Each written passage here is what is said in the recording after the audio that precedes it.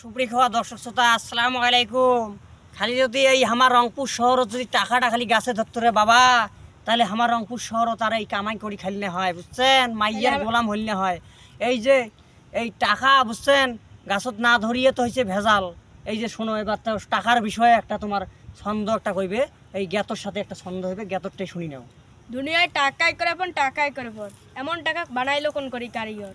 টাকা যা পকেটে থাকলে মানুষ কেনা যায়, না থাকলে মানুষ চেনা যায়। তাহলে টাকা পয়সা যদি তুমি করো এই বয়সে বেশি কামাই, তাহলে শ্বশুর শাশুড়ির কাছে তুমি একটা ভালো একটা জামাই, যদি টাকা আরও দিতে পারো দামি একটা গয়না, তাহলে তুমি তোমার বউয়ের কাছে ভালো একটা স্বামী। আর যদি না দিতে পারো সুন্দর মুখটাও করে কালো।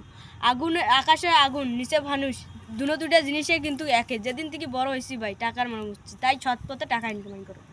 নেশায় আমার পেশা রে ভাই, নেশায় আমার পেশা, নেশায় একদিন নিয়ে যাবে মরণেরই দশা।